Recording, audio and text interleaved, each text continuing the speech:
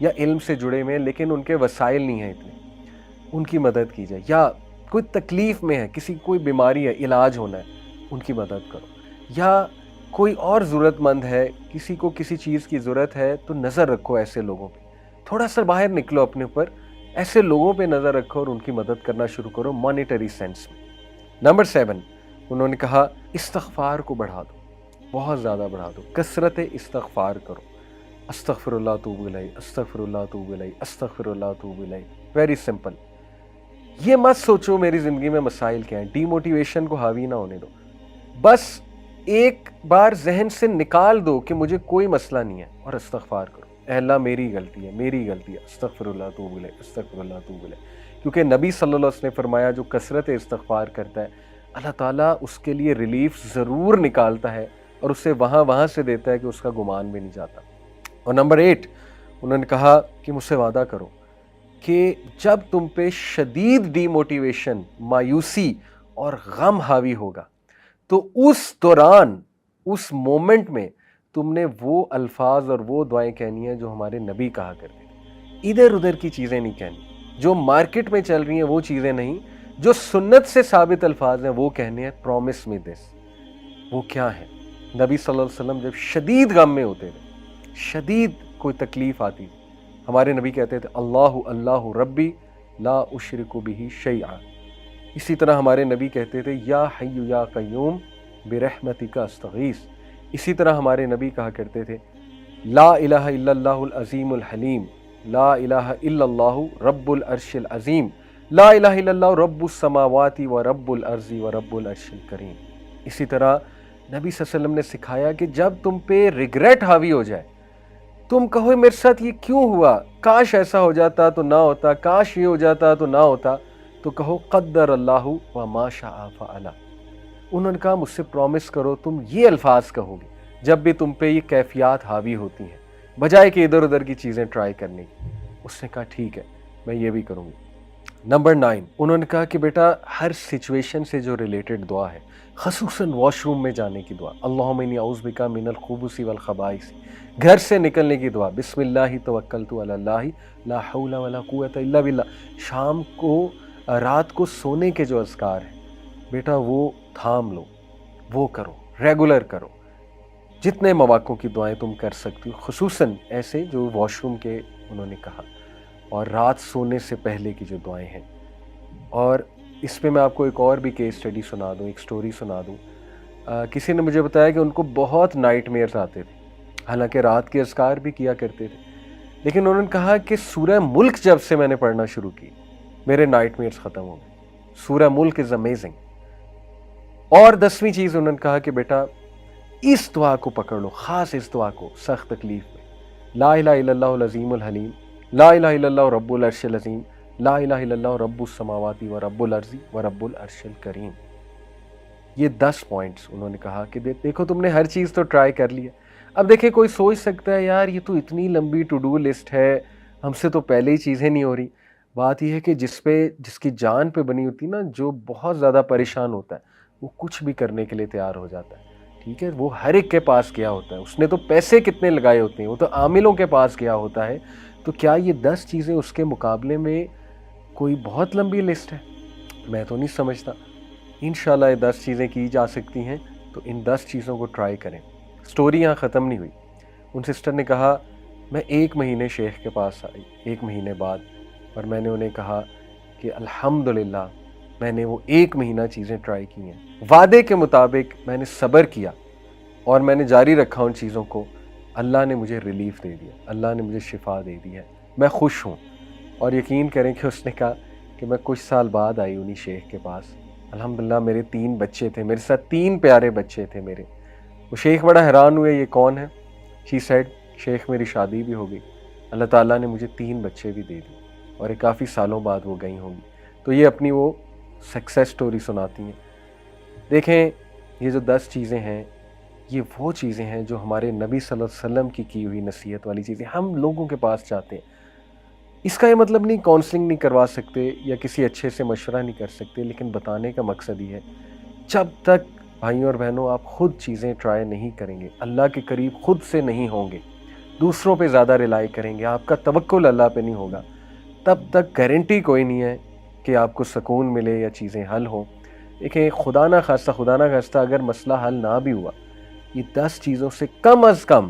اللہ کے ساتھ آپ کا تعلق اتنا سٹرونگ بن جائے گا اور آپ کو ذہنی اور قلبی سکون ایسا مل جائے گا